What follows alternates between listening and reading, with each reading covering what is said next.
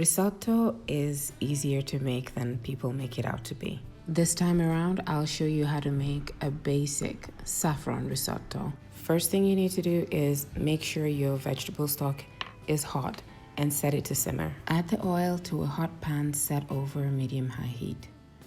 Your onions should be very finely diced, as mine are. Let that saute for about 1.5 minutes or until the onions are soft and translucent. And while that happens, very carefully open your sachet of saffron and pour it into your dry white wine. And once your onions are soft and translucent, it's time to toast the rice. So toss in your rice, which should not have been washed. Why? Because we need the starch to aid in creating that super creamy risotto. Toast the rice at low heat and make sure that you do not wait until the onions start to brown. So this should take about 2 minutes or so, not more. And when we're done toasting the rice, add a splash of the saffron dissolved white wine, stir, and wait for it to dissolve before pouring in a few ladlefuls of vegetable stock and increase the heat to high. And let the rice come to a boil, making sure that you're stirring every few minutes. My little secret for an extra creamy risotto is to add a few blocks of Parmesan rind. Make sure that you do so with the cheese side down.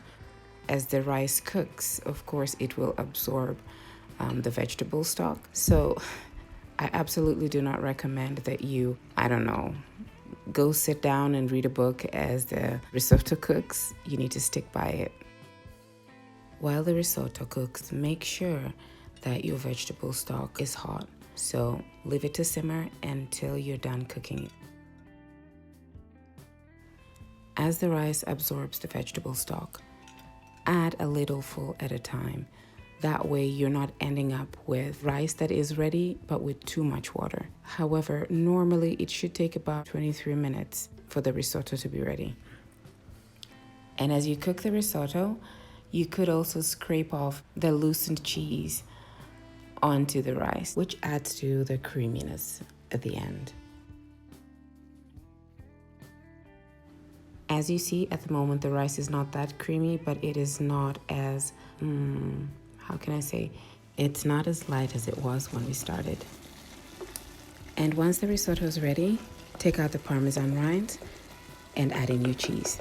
But make sure to add the cheese once the pan is off the fire. In the event that you find your risotto is ready, however, it looks a little too lumpy, what you could do is take it off the stove, add a few tablespoons of hot water or hot vegetable stock if you still have some, and then add in the cheese. Another little trick for an even creamier risotto is to add a knob of butter, unsalted butter that is, along with the cheese. And that's it. I hope you enjoy this easy and super creamy plate of saffron risotto, and that you come back again so that we can make other delicious, simple recipes together. Subscribe to the channel and share, like the video. And as always, I wish you an amazing day wherever you are. Bye.